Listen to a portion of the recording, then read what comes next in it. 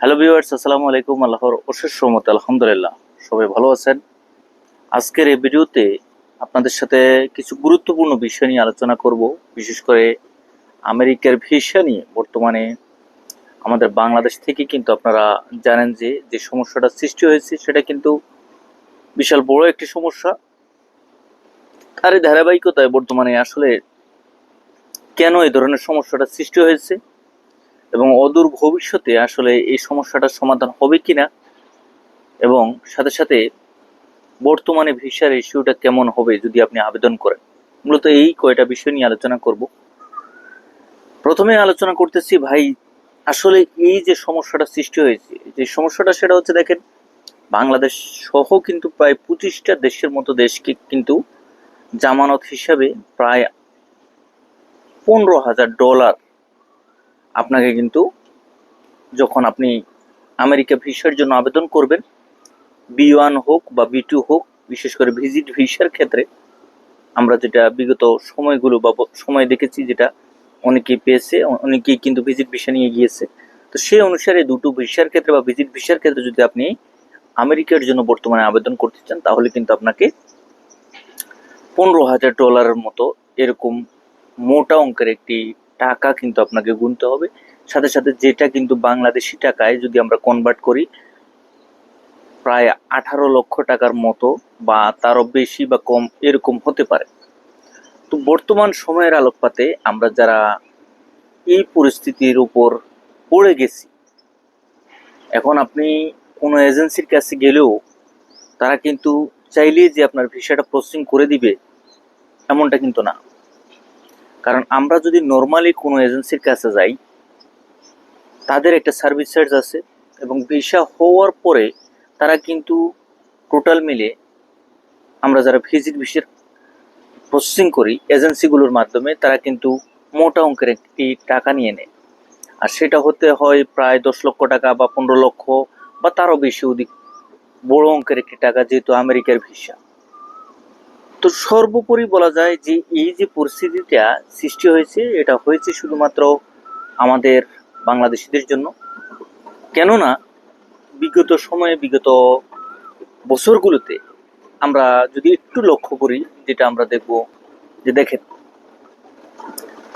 সেখানে যাওয়ার পরে, সেখানে ভিজিট ভিসা নিয়ে যাওয়ার পর আমরা কিন্তু ম্যাক্সিমাম লোকজনই কিন্তু ফিরে আসি নাই। বিশেষ করে এই ভিজিট ভিসাটা পাওয়ার পরবর্তী পর্যায়ে আপনি যখন সেখানে পৌঁছবেন, মানে আমেরিকাতে পৌঁছবেন, যারা দেখা গেছে যাদের অর্থ টাকা গড়িয়ে আছে, তারা সেখান থেকে আবার ফেরত আসে, আবার যে কোনো সময় তারা যায়। কিন্তু ম্যাক্সিমাম লোকজনই সেখানে যাওয়ার পর তালবাহানা করে বিভিন্ন ধরনের সরকারি আইনগতভাবে লয়ার দ্বারা বিভিন্ন অজুহাতগুলো তারা দেখায় দেশের মাঝে, তাদের রাজনৈতিক সমস্যা, কারো ফ্যামিলিগত সমস্যা, কারো ব্যক্তিগত সমস্যা, কারো ধর্মান্তিক সমস্যাগুলা, বিভিন্ন ধরনের উদ্দেশ্যে প্রবণিত হয়ে তারা কিন্তু বিভিন্ন ধরনের কেসগুলো, তাদের যেই সমস্যাগুলো তুলে ধরে সেখানে গিয়ে। তো তারই ধারাবাহিকতা এটা একটা ম্যাক্সিমাম পর্যায়ে চলে গেছে বিভিন্ন ভাবে।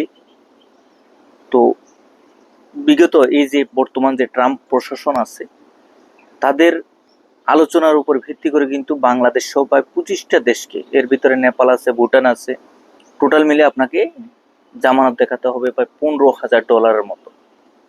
এখন এই যে অর্থটা, এই অর্থটা আমরা আসলে কতজনে দেখাতে পারবো বা আমাদের কতজনের বা সাধ্য আছে? সুতরাং বর্তমান সময়ে আসলে আমেরিকা ভিসার জন্য যে প্রসেসিং বা যেই সিস্টেমটা তারা করে রেখেছে, এটাতে আসলে আবেদন করাটা একটি দুঃসাধ্য ব্যাপার। যাদের হিউজ পরিমাণ অর্থ আছে, তার উপর ভিত্তি করে কিন্তু তারা আবেদন করতে পারবে। তবে প্রত্যেক ব্যক্তির ক্ষেত্রে, যারাই আবেদন করবেন, প্রত্যেক ব্যক্তির ক্ষেত্রে যে আপনাকে $15,000 আপনাকে জামানত দিতে হবে সেটা কিন্তু না। এর ভিতরে আপনি যখন এম্বাসিতে ইন্টারভিউ দিবেন, তখন আপনার হয়তো বা ইন্টারভিউর উপর ভিত্তি করে অ্যাম্বাসিডর আপনাকে, সেটা হতে পারে $5,000, সেটা হতে পারে $10,000, বা সেটা হতে পারে তারও বেশি, মানে $15,000 মতো। তো এই অর্থটা কিন্তু যখন আপনি ইন্টারভিউ দিবেন, তখনই কিন্তু আপনাকে এম্বাসির তরফ থেকে আপনাকে দিয়ে দিবে। মানে সেটা আপনাকে জামানত হিসাবে রাখতে হবে, এবং রাখার পরবর্তী পর্যায়ে কিন্তু আপনি ভিসাটা পাবেন। মূলত এই সিস্টেমটা তারা বর্তমানে করে রেখেছে। সাথে সাথে বলে রাখি, এই অর্থটা তারা নিয়ে কি করবে, আমাদের কাছ থেকে যে তারা অর্থটা নিচ্ছে, এই অর্থটা নিয়ে এম্বাসি কি করবে। হ্যাঁ, এই প্রশ্নটা কিন্তু অনেকের ভিতরে থেকে যায় যে এই অর্থ বা যারাই আবেদন করবে তাদের কাছ থেকে এই অর্থটা নিয়ে তারা আপনার জামানত হিসেবে রাখবে। আপনাকে যদি 30 দিনের ভিসা দেওয়া হয়, আপনাকে যদি 45 দিনের ভিসা দেওয়া হয়, বা আপনাকে যদি 2 মাস, বা আপনাকে যদি 5 বছরের মাল্টিপল বা 10 বছরের মাল্টিপল, মানে যেই কোনো ধরনের ক্যাটাগরির ভিসা, মানে যে সময়ের উপর ভিত্তি করে আপনাকে ভিসাটা দেওয়া হবে, যখন আপনি আবার বাংলাদেশে ফেরত আসবেন তখন কিন্তু আপনাকে এই অর্থটা আপনাকে ফেরত দেওয়া হবে। মূলত আপনি যেন সেখানে গিয়ে আবার ফেরত আসেন, এবং যদি ফেরত না আসেন তাহলে আপনার টাকাটা আপনি আসবেন তো আপনার টাকা আসবে, আপনি না আসলে আপনার টাকাটা এম্বাসির কাছেই থেকে যাবে। এই হচ্ছে মূল ঘটনাটা। বর্তমান পরিস্থিতির আলোকপাতে আমরা যারাই আসলে এই ক্যাটাগরি ভিসার জন্য আবেদন করব কি করব না, অনেকেই দ্বিধাদ্বন্দ্বের মাঝে আছেন। অনেকে বলতেছেন যে ভাই বিস্তারিত কোনো কথা বা এই বিষয়ে বিস্তারিত কিছু পরামর্শ দেওয়ার জন্য।